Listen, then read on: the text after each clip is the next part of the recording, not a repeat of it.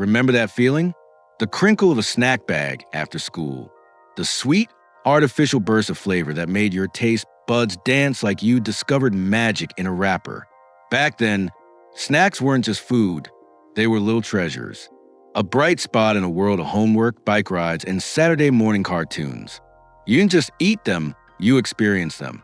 Some of these treats are still around, but others, they've vanished, quietly without a goodbye. No parade, no farewell tour, just a shelf space that got filled with something newer, flashier, and somehow never quite as good. Today, we're looking at 10 discontinued American snacks that tasted like childhood.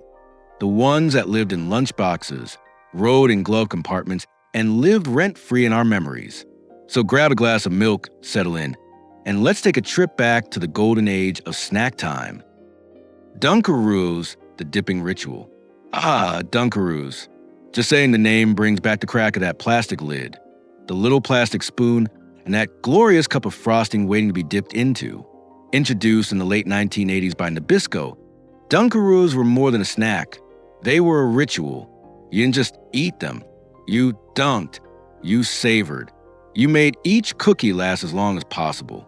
The vanilla frosting was sweet, creamy, and just a little sticky, perfect for tiny fingers and messy afternoons. They were everywhere in the 90s. Birthday parties, school cafeterias, even road trips. Parents loved them because they were portion controlled. Kids loved them because they felt fancy, like we were having a tea party with dessert. But by the early 2000s, sales slowed. Maybe the world moved too fast for dunking. Maybe low-fat trends made frosting seem like a guilty pleasure. Whatever the reason, Dunkaroos quietly disappeared from shelves. For years, fans begged for a comeback. And in 2020, they returned briefly. But for those of us who grew up with the original, nothing quite matches a memory of that first dip into a brand new cup of rainbow frosting. Surge, the forgotten citrus rival. Before energy drinks ruled the world, there was Surge, a neon green soda that hit shelves in 1996.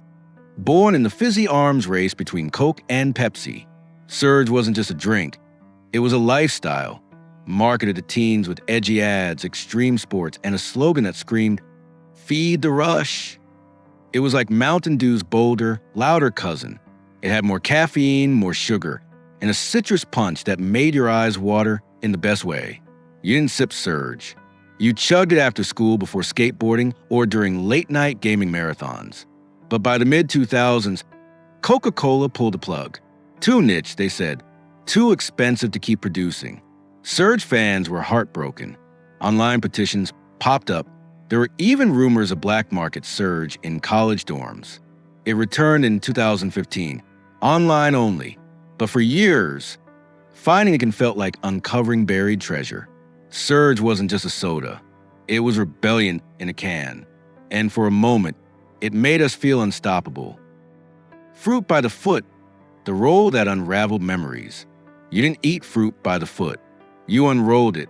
This chewy, fruit-flavored strip was like a snackable scroll from the 90s.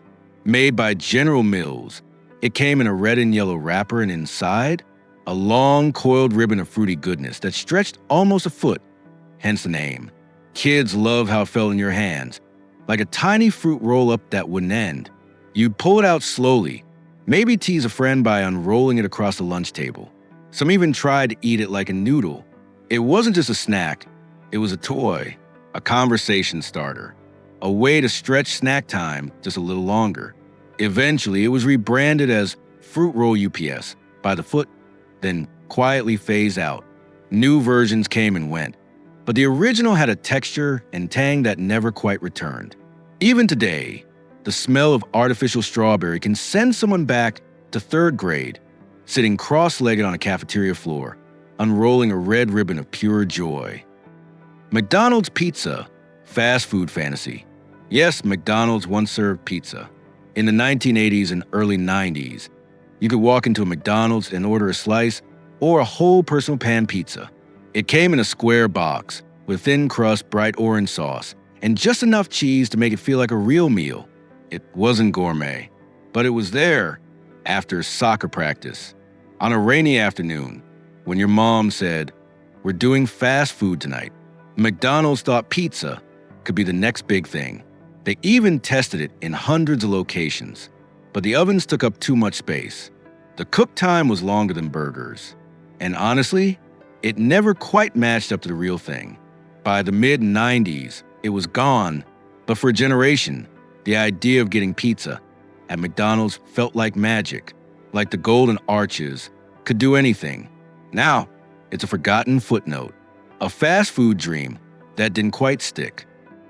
Wonka's everlasting Gobstoppers, candy with a countdown. You didn't just eat an everlasting Gobstopper, you survived it. These hard, multi-layered candies changed color and flavor as you sucked on them. First red, then orange, then yellow, green, and blue. Each layer lasted longer than the last, like a candy countdown. Inspired by Willy Wonka's factory, these treats felt like science fiction. How could one piece hold so many flavors? It was like eating a rainbow that refused to end. Kids would trade them like treasure. "I'll give you 2 runs for 1 Gobstopper." They lasted so long, they were perfect for car rides or movies. But over time, Nestle, who owned the Wonka brand, scaled back the line. Fewer flavors, fewer stores. The original multi-layered version became harder to find. Now, you might spot a version on shelves, but it's not the same. The layers are thinner. The magic is gone. The real Gobstoppers? They were never everlasting. But the memory of that first colorful crunch? That lasts forever. Kraft Ecto Cooler, the slime that tasted like summer. Remember when your juice box looked like it came from a ghost-busting mission? Kraft's Ecto Cooler was the official drink of the real Ghostbusters cartoon in the 80s and 90s. Bright green, tangy, and sweet, it was basically lemon lime with a side of mystery. It wasn't just a drink, it was a collectible. Kids saved the cartons like trading cards. The logo, the slime, the ghostly glow under fluorescent lights, it all felt cool. And the taste? Tart, refreshing, and unlike anything else in the lunchroom. It wasn't trying to be healthy. It was trying to be fun. When the cartoon faded, so did the drink. Kraft rebranded it as Coolers, then dropped it entirely. But for a while, drinking Ecto Cooler made you feel like part of the team. Like you, too, could bust some ghosts after school. Now, finding a vintage carton online can cost more than a new video game. Proof that nostalgia has a price. Oreo O cereal, milk that turned black. In the 90s, cereal wasn't just breakfast, it was an event. And Oreo O's, that was the main attraction. This cereal took the iconic Oreo cookie, crushed it into little O's, and said, "Now eat it with milk." And the milk, it turned dark. Not brown, black. Kids loved it. The flavor was rich, chocolatey, and just sweet enough. It tasted like you were eating liquid Oreos. It was even co-branded with the movie Men in Black, which only made it cooler. We were the sunglasses at night, but we eat Oreo O's in the morning. But by the early 2000s, it disappeared. Maybe the dark milk freaked out parents. Maybe it stained bowls too much. Whatever the reason, it was gone.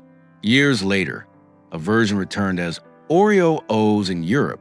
But the original American run, that was a short, sweet, chocolatey dream. Surgeon General's candy cigarettes. A taste of rebellion. This one's a little bittersweet. Candy cigarettes were around for most of the 20th century, made of sugar or chalky candy, wrapped in paper, and sold in packs that looked just like real cigarettes. Kids would smoke them on playgrounds, blowing imaginary smoke, pretending to be grown-ups. It was a game, a little act of rebellion. They came in flavors like wintergreen or fruit punch. Some even had red tips that lit up when you sucked on them. But as the dangers of smoking became clear, public opinion shifted. By the 1990s, many stores stopped carrying them. Health advocates called them dangerous. Parents worried they encouraged bad habits. Today, they're banned in several states and hard to find. Love them or hate them, candy cigarettes were a product of their time. A reminder that childhood games sometimes mirror the adult world for better or worse. Heinz Easy Squirt Ketchup, the rainbow on your fry. In the early 2000s, Heinz did something wild. They made ketchup green, then blue, then purple, orange, and even neon pink. Easy Squirt was born, a line of colored ketchup in easy squeeze bottles shaped like rockets and dinosaurs. It wasn't just ketchup. It was art. It was fun. It was dinner as a playground. Kids went crazy. Suddenly, burgers and fries were a canvas. Parents loved that it got picky eaters to eat more. But by 2006, the colors vanished. Why? Maybe novelty wore off. Maybe parents got tired of stained shirts. Or maybe plain red ketchup fought back. Heinz brought back green ketchup in 2021 for nostalgia's sake. But the full rainbow? That was a brief, beautiful moment when even ketchup wanted to be cool. Battlestar Galactica cereal, breakfast in space. In 1978, one of the first TV tie-in cereals hit shelves, Battlestar Galactica. Based on the sci-fi series about humans fleeing robot enemies across the galaxy, this cereal came in a box with spaceships, lasers, and a mission: eat breakfast and save humanity. The cereal itself? A mix of corn and oats, shaped like stars, planets, and maybe a silent or two. It wasn't the tastiest. But it didn't have to be. It was themed. And in the late 70s, that was revolutionary. This was before Transformers, before E.T., before every show had a cereal. It only lasted a year or two. The show was canceled. The cereal followed. But for a short time, eating breakfast felt like boarding a starship. Like you, too, could outrun the robots and find Earth. It wasn't just a cereal. It was a launch pad for the imagination. These snacks may be gone, but they're not forgotten. They were more than sugar and packaging. They were part of our afternoons, our routines, our childhoods. Each one carried a little magic, a flavor, a color, a memory that still makes us smile. What was your favorite discontinued snack? Was it something we missed? Let us know in the comments. Share your story. We'd love to hear it. If you enjoyed this trip down memory lane, give us a like, hit subscribe, and ring that bell. We're always digging to the past, one nostalgic moment at a time. Until next time, keep the memories crunchy, the drinks cold, and the childhood alive.